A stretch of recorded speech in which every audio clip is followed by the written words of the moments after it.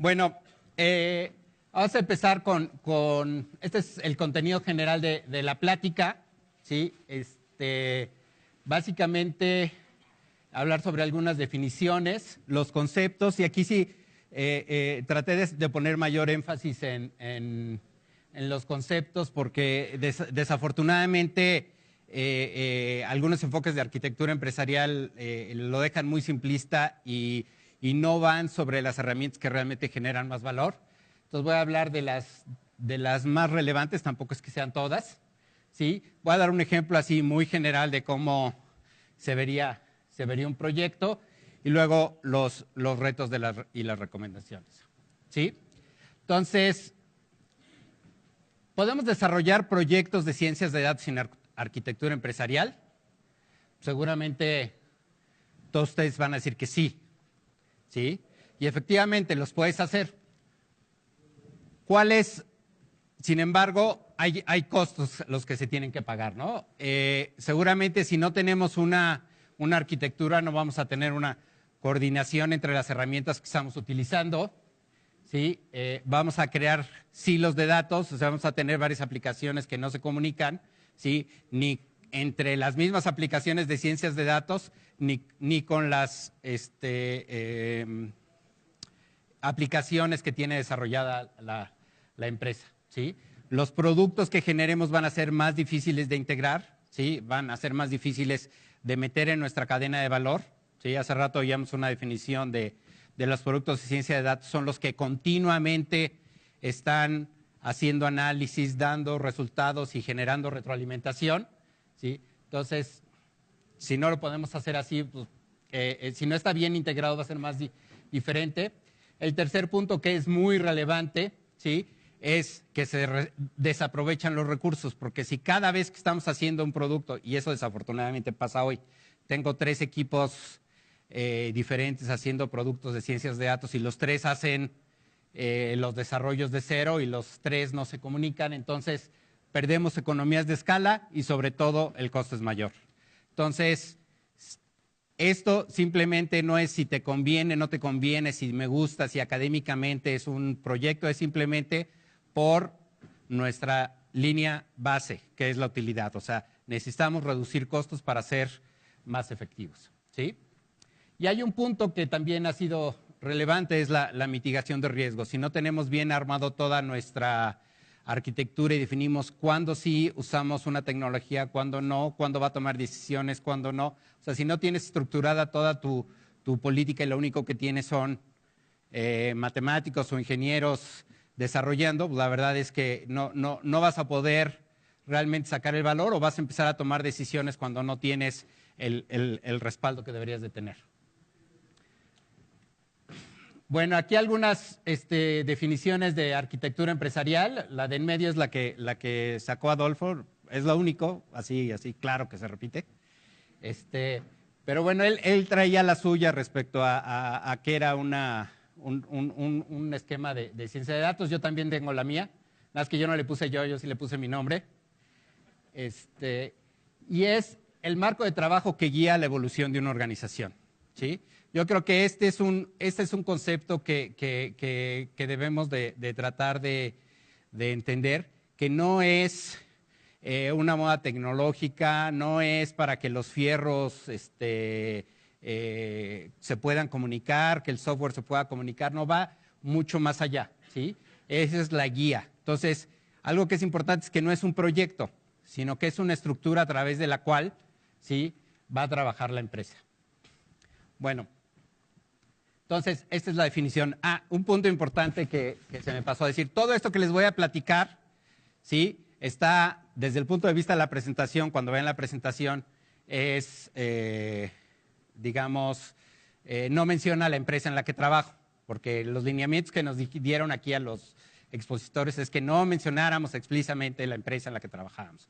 Bueno, pero como el lineamiento nada más era en la presentación y no para la exposición, les digo, todo este proyecto es el proyecto de arquitectura empresarial del INEGI, ¿sí?, donde estoy trabajando actualmente. También es bastante relevante porque el INEGI es el centro de producción de datos más importante de este país y eventualmente pues tiene muchas implicaciones en el resto del gobierno y la sociedad. Bueno, ¿qué ventajas tiene si usamos arquitectura empresarial? El primero es el más importante y puede parecer algo trivial, algo que no tiene que ver ni con el hardware, ni con el software, ni con las matemáticas, ni nada. Y es desarrollar un lenguaje común. Esto es muy importante para cualquier proyecto. O sea, la verdad es que cuando empecé a trabajar en proyectos de arquitectura, me sorprendí de lo fácil que la gente puede utilizar otros términos técnicos o semitécnicos, ¿sí?, para describir cosas que son completamente diferentes, ¿sí? Entonces, inclusive dentro de la misma organización, por ejemplo, en donde estoy actualmente, para las personas que recolectan datos, tenemos 4 nombres diferentes. Hay quien le dice entrevistador, hay quien le dice recolector, hay quien le dice investigador, por ahí hay otro que no me acuerdo, pero, o sea, para el mismo individuo, para el mismo rol, ¿sí?, hablando en términos de procesos, tenemos varios indicadores. Entonces, varios nombres. Entonces, este es uno de las grandes ventajas, ¿sí? Otro que es muy importante es facilita la incorporación de las mejores prácticas de la industria. Esto voy a hablar un poquito más, es donde más impacto pueden tener y donde más ahorro de dinero pueden tener. No inventar el hilo negro, usen lo que ya está, ¿sí? El tercero, permite estructurar y reutilizar prácticas y desarrollo establecidos. Si fijaron en la primera lámina que tenía cubitos de Lego, pues de eso se trata, ir desarrollando los cubitos de Lego que pueda yo seguir utilizando para mejorar y hacer más rápido mi desarrollo. El siguiente, facilita el entendimiento, o sea, si yo tengo documentado hacia dónde voy, pues es más fácil venderlo, ¿sí? Y finalmente, bueno, esta parte, permite construir y gestionar productos funcionales, lo que decía otra vez, los bloques de Lego, para apoyar la implementación. ¿Sí? Ahora, ¿por qué es importante este concepto de bloques de Lego? Parece así como, ay, qué simple, pero es bien importante y es bien difícil lograrlo, ¿eh? No es fácil. ¿Qué es hacer bloques de Lego? Es poder hacer una conceptualización de mi empresa y poderla separar en diferentes funciones de tal forma que yo poco a poco pueda sacar un cubito viejo y meter un cubito nuevo, sacar un cubito viejo y meter un cubito nuevo. Si no hago esta parte de segmentación y de arquitectura, mi única posibilidad es tener toda mi concepto de la empresa, cambiarla completamente y luego volverla a meter. Y esto me puede llevar años y quizá para cuando vuelva a meter el concepto nuevo, ya es obsoleto. Entonces tengo que tener una estrategia que me permita segmentar y poco a poco ir incrementando los cambios. A ver, ¿cuántas gentes en esta sala tienen algún proyecto de arquitectura empresarial en su empresa? Muy bueno. ¿Cuántos tienen SOA? A todos los que levantaron la mano la primera vez y no la levantaron la segunda, están diciendo mentiras, porque no puedes tener SOA sin tener arquitectura empresarial, ¿sí? Entonces, este es uno de los requisitos para poder hacer SOA, que muchas empresas dicen que tienen SOA. Si no tienen arquitectura empresarial, lo que hacen son web services, no hacen SOA, ¿sí? Entonces, uno de las ventajas de usar arquitectura empresarial es que podemos hacer SOA, si no, no hacemos SOA, nada más le hacemos al cuento, ¿sí? Entonces, puedes identificar las necesidades, documentar la alineación de las aplicaciones con los objetivos estratégicos, facilitas la definición de perspectiva compartida, ¿sí? Y muchas otras cosas que te pide SOA, ¿sí? E incluso, otra vez, con un adecuado diseño, permite dar resultados rápidos. ¿Qué es esto? Otra vez los Legos, ¿no? Pequeñas soluciones que puedan ir incrementándose poco a poco.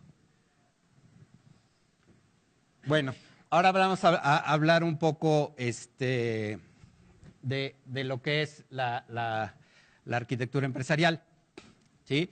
Cuando estaba preparando esa plática no sabía qué tanto los científicos de datos conocían arquitectura empresarial. Yo pensé que dentro de dentro de los programas de ciencias de datos les daban arquitectura empresarial, o que en los programas de ingeniería les daban arquitectura empresarial. Ya me di cuenta que no se los dan en ningún lado. Entonces, dije, bueno, vamos a revisar un poco, y lo vamos a revisar una forma un poco menos común, así que no se preocupen. Entonces, estas son las partes, digamos, más relevantes, que considero más relevantes, desde la definición estratégica, la gobernabilidad, gestión de capacidades, separar dominios, enterprise continuum, metamodelo. Bueno, aquí hay muchas cosas técnicas. Así como lo ven, de las partes que normalmente venden en arquitectura empresarial, que es arquitectura empresarial, es el cuarto renglón. De hecho, si estuvieran en la plática de Adolfo decía, bueno, arquitectura empresarial son estos 4 dominios. Bueno, realmente ese no es el mayor impacto. El mayor impacto lo van a ver en esta cosa rara que se llama Enterprise Continuum, ¿sí? Y en gobernabilidad. Bueno, otra vez, de todos los que estaban haciendo SOA, una de las primeras cosas que te pide SOA es que hagas una definición estratégica para que de ahí puedas definir tus procesos, tus servicios, y de ahí irte evolucionando. Entonces, para poder hacer buen software, un software orientado a los servicios que requiere la empresa, necesitamos hacer una definición estratégica. Ahora, ¿por qué vale la pena hacer arquitectura empresarial? Porque me va a permitir identificar los objetos de la estrategia de una forma más precisa y establecer la interdependencia. Porque si ustedes, por ejemplo, contratan un consultor como de los que decía Jesús, de las compañías estas grandes que cobran mucho dinero, pues les va a entregar ahí 200 páginas de su plan estratégico y no va a servir luego de nada, ¿sí? Entonces, independientemente de que puedan tener esas 200 páginas hechas por estas empresas que te cobran varios millones de pesos, o que lo puedan hacer ustedes mismos, vale la pena identificar cuáles son los elementos estratégicos, porque de ahí de arriba hacia abajo, es como vas a poderle generar valor. ¿Sí? Esta parte es muy importante. La mayoría de los proyectos de arquitectura empresarial, ¿sí?, han fracasado. ¿Por qué? Porque los empiezan a hacer de abajo hacia arriba. Los empieza a hacer la gente de TI, ¿sí? Y cuando llegan a la parte de en medio de la empresa ya no pueden subir y no saben a dónde subir, y por eso se atoran. Los proyectos hay que hacerlos de arriba hacia abajo, ¿sí?, para que puedas realmente identificar los proyectos que generan valor.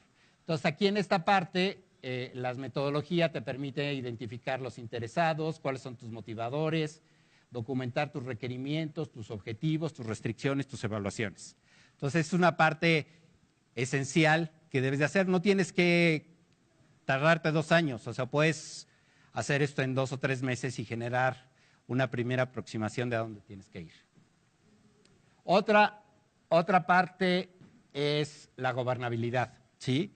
Y este término luego es así como suena como burocrático, como que qué flojera, y entonces le tengo que decir, no, pero realmente si yo no tengo orden y no tengo el mando dentro de mi empresa, y esto no nada más es, digo, estamos hablando aquí la gobernabilidad para proyectos de arquitectura, pero si ven que la arquitectura puede ser la guía a través de la cual yo veo la evolución de mi empresa, pues es fundamental, ¿sí?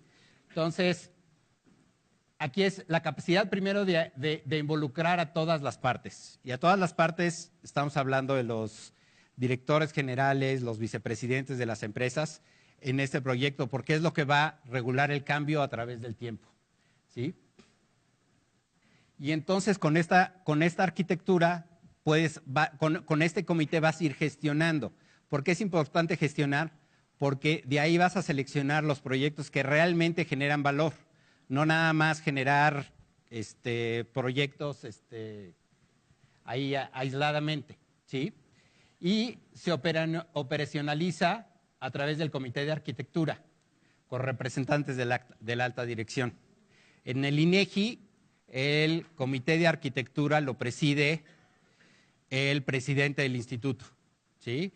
Tenemos al presidente, a un vicepresidente y a todos los directores generales de área, ¿sí? A los 10 directores generales, ¿sí? Al presidente y al vicepresidente dentro del comité y ahí se deciden las acciones que va a ir siguiendo el instituto, ¿sí? Entonces, esto es algo, digo, afortunadamente tenemos en el INEGI un presidente que le entiende estas cosas y ya ha sido, digamos, relativamente fácil venderlo. Si no hay que venderlo, hay que saberlo vender, ¿sí? Entonces, aquí se emiten las normas, las políticas que le deben dar consistencia a las acciones, no importa dónde se generen. Digo, el INEGI es una institución de 17,000 empleados, si no tenemos las acciones coordinadas, pues entonces se nos van disparando diferentes iniciativas en todos lados, ¿sí? Ahora, algo que es importante, esta palabra arquitectura empresarial espanta, ¿sí? Porque ni es arquitectura, ni es empresarial. Porque, por ejemplo, en el INEGI, pues no es empresa, es un organismo autónomo, ¿sí? Entonces es una institución de gobierno, entonces no es empresa, ¿sí? Ahora la metodología se llama arquitectura empresarial, bueno, entonces eso crea muchos problemas. Anteriormente trabajaba yo en Banco de México y también generaba problemas el nombre, ¿no? Entonces, en el INEGI, de hecho ya cuando yo llegué, ya lo tenían como el comité de calidad, entonces es muy fácil vender esto como comité de calidad y entonces ya no espanta tanto a los usuarios, ¿sí?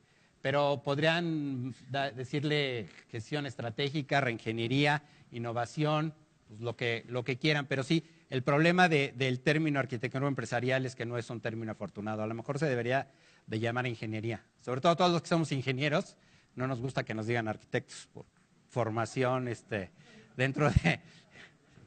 Al menos cuando estaba yo en la Facultad de Ingeniería, lo peor que te podían decir es arquitecto. Entonces, es como que difícil. Bueno, entonces, la gobernabilidad es importante. Otro tema que es muy importante es la gestión de capacidades. Ese término también a veces se ve así como medio rarón, como no tan natural. Y ahí sí les recomiendo, si no pueden hacer nada de la gobernabilidad, de su separación de proyectos y todo, al menos hagan esta parte de gestión de capacidades. O sea, evalúen cómo está su empresa. El shock que tienen la mayoría de las empresas cuando ven la calificación que sacan es tremendo y realmente es lo que luego te permite vender más fácil, ¿no? Entonces, si puedes empezar con una evaluación de capacidades y de ahí generar proyectos para mejorar capacidades. Este es otro enfoque también, o sea, no nada más tener proyectos para mejorar soluciones, para generar soluciones. Puedes tener proyectos para mejorar capacidades y esto lo puedes hacer a través de estas herramientas. Entonces, hay varias metodologías, las más famosas las desarrollaron en Carnegie Mellon y en The Open Group. La prehistoria fueron las primeras, cuando yo estaba estudiando, sacaron el primer Capability Maturity Model en los 90s, pero han seguido sacando más. El año pasado, a final del 2014, principio del 15, sacaron el modelo de madurez de datos, ¿sí? Es un modelo muy, muy bueno, o sea, la verdad es que si pueden conseguir el documento, lo pueden conseguir en internet. Es extraordinario para medir la gestión de datos de una empresa. Si hacen la evaluación de gestión de datos de su empresa, seguro van a salir bien mal, no se espanten. El promedio, digamos, el Carnegie Mellon se unió con un consorcio que se llama Enterprise Data Management, que está formado principalmente por los bancos internacionales. Hicieron una evaluación a partir de todos los bancos y la calificación de una escala de 0 a 5, la calificación promedio de los bancos transnacionales, o sea, internacionales, era alrededor de 2.1, 2.2. Entonces, podrán esperar una calificación baja, pero esto es porque no estábamos acostumbrados en la industria en general a pensar en función de datos. Entonces, cuando te empiezas a cuestionar todo a partir de los datos, pues sales mal, porque nunca habías pensado. Se pensaba antes más en función de aplicaciones, no en función de datos. La otra parte es separación de dominios. Esto ayuda mucho, separar cuál es, qué es el modelo de procesos. Esto parece así muy sencillito y si a los que llevaron ya, los que ya tengan un MBA seguro vieron ahí la cadena de valor de Michael Porter, etcétera, que se ve como mucho rollo, pero de veras que es súper útil. La mayoría de las empresas ni siquiera tiene bien identificado cuál es su cadena de valor, ¿sí? Entonces, esto es simplemente empezar a ilustrar a la empresa que hay que tener orden, que hay que tener bien identificados cuáles son mis procesos sustantivos, cuáles son mis procesos de apoyo, cuáles generan valor, ¿sí? La parte de arquitectura de datos, modelos conceptuales, lógicos y físicos. Es muy rara la empresa que maneja modelos conceptuales, ¿sí? Modelos conceptuales de datos. La mayoría se empieza en los lógicos y en los físicos porque nos encanta empezar a generar código, a tirar líneas, a hacer cosas. Y para comunicar y para vender, lo mejor son los modelos conceptuales. Entonces, esto es bien importante. De hecho, todavía, bueno, comentaba Adolfo que TOGAF es, digamos, la metodología de arquitectura empresarial más usada. Todavía, ahorita vamos en la versión 9.1, ¿no? Todavía en la 9 no tenían el modelo conceptual. Fue la última incorporación. Bueno, arquitectura de aplicaciones pueden tener varias cosas, pero digamos ahí pueden realmente ver si están haciendo SOAN o no, ¿sí? Y el inventario de infraestructura tecnológica. Otro de los elementos de alto valor en arquitectura empresarial es esta cosa que yo cuando tomé mi primer curso de TOGAF no le entendí absolutamente nada, ¿sí? Es súper oscura, no existe, de hecho es una como... Yo quería verlo, bueno, ¿dónde voy a tener el Enterprise Continuum en mi empresa, ¿no? ¿Cuál va a ser el cubículo, el archivo, o en qué parte de la computadora? Y realmente es una parte muy conceptual, pero muy, muy útil, ¿sí?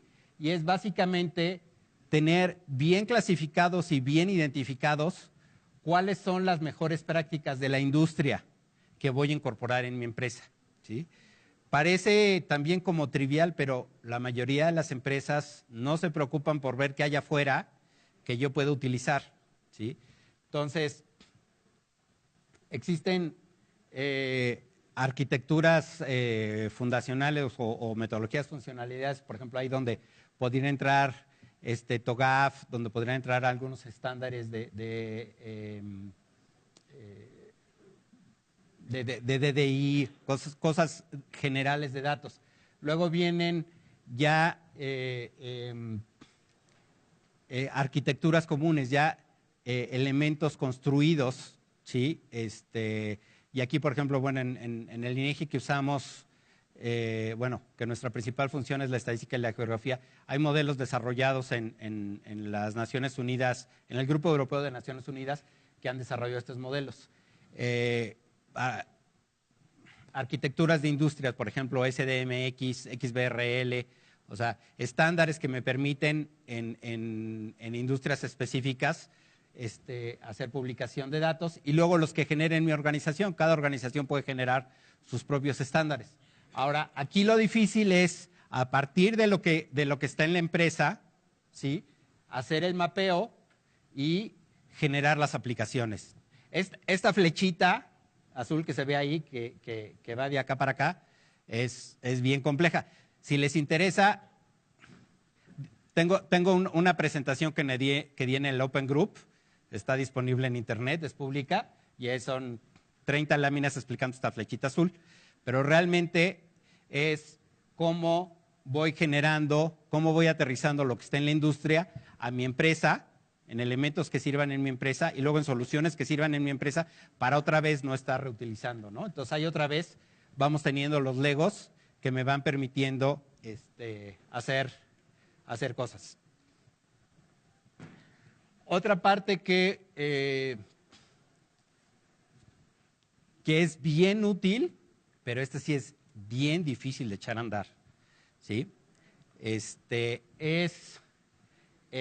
lo que se llama el repositorio del metamodelo, ¿sí?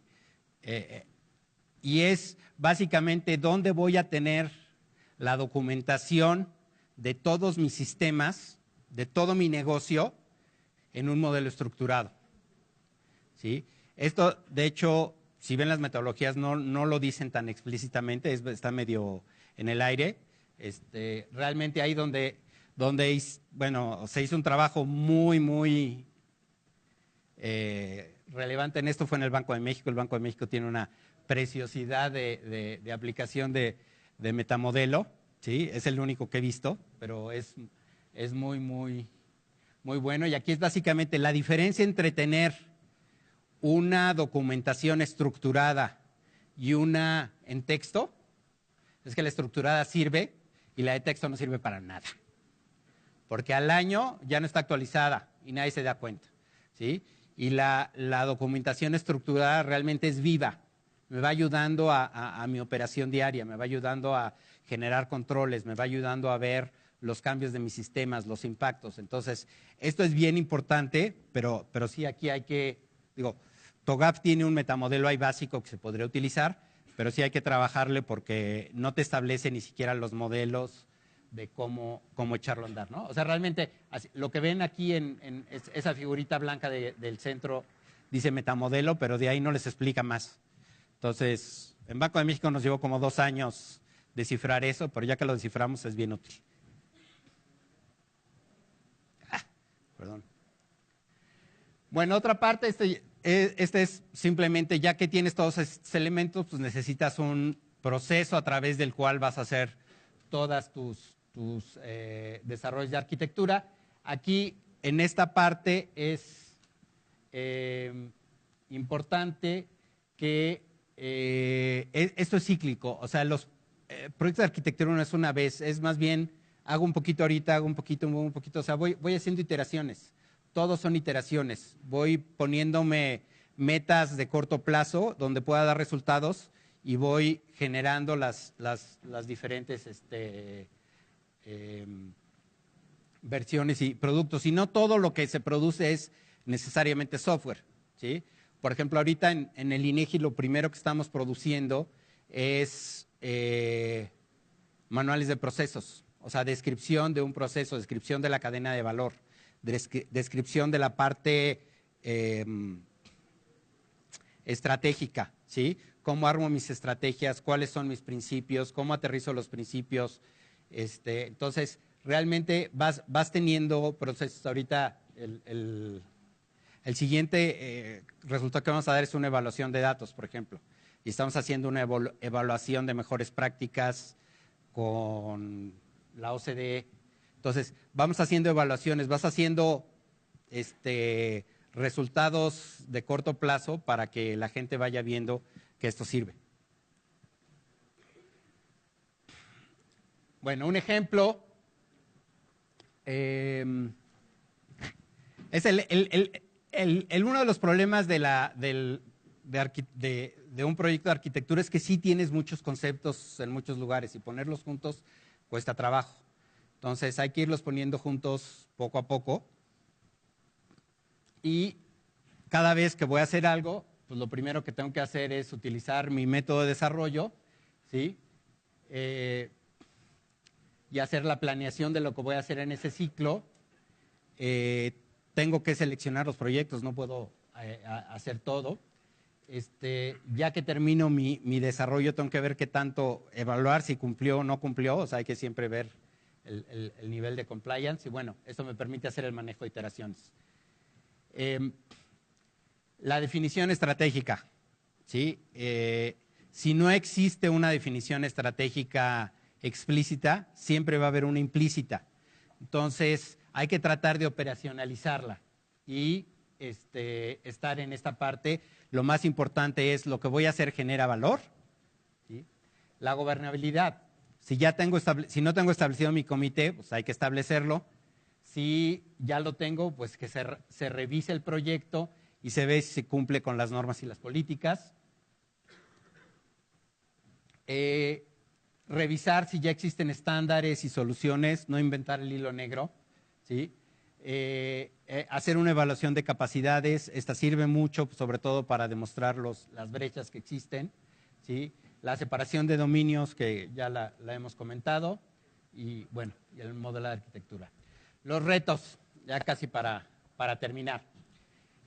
Es difícil explicar el concepto de arquitectura empresarial a los diferentes interesados, es difícil, sobre todo si tratamos de de utilizar toda la maquinaria que trae TOGAF o la metodología que utilicen, es bien difícil. Entonces, hay que venderla y realmente lo que debe ser es una herramienta para echar a andar mi programa estratégico, ¿sí? Y sobre todo de arriba hacia abajo, ¿sí? Bueno, conseguir amplio apoyo de la dirección es importante. Otro que tampoco suena fácil, pero aquí la verdad la característica que tienen los científicos de datos es que normalmente son multidisciplinarios. Entonces hay que tener gente que conozca arquitectura empresarial, estrategia, organización, procesos, datos, aplicaciones, infraestructura. No quiere decir que una persona conozca todo, pero sí a lo mejor al menos tener 2 o 3 gentes que estén encargados de la conceptualización. Dejar claro que arquitectura empresarial no es un proyecto de TI, ¿sí? Sobre todo, bueno, y ahí es, o sea, sí separarlo mucho del área de TI y tratar de llevarse bien con los de TI, porque si no los de TI te bloquean. Son los principales bloqueadores de los proyectos de arquitectura, son el departamento de TI. ¿Sí? Bueno, ya finalmente las soluciones de datos deben estar dentro de la estrategia global de la empresa. No puedes nada más generar datos solitos, o sea, tienes que ver todo el contexto, ¿no? Es mucho de lo que platicaba Adolfo hace rato. ¿Sí? Con arquitectura empresarial puedes identificar proyectos, mecanismos de evaluación, metas de corto plazo, tener ganancias rápidas. Algo súper importante, la documentación estandarizada. Si no tienes bien documentados tus proyectos y lo que haces eventualmente termina en el bote de la basura. Estructuración de datos, metadatos y paradatos. ¿Sí? Tienes que tener no nada más los datos tradicionales, sino guardar la ejecución de todos tus procesos. Todos tus procesos van generando lo que llaman migajas. El término en inglés de datos es crumbles, ¿sí? En Big Data son los crumbles. Entonces, estos crumbles hay que también administrarlos como datos, ¿sí? Y bueno, finalmente, pues no es para un proyecto, sino es para la guía general de una empresa.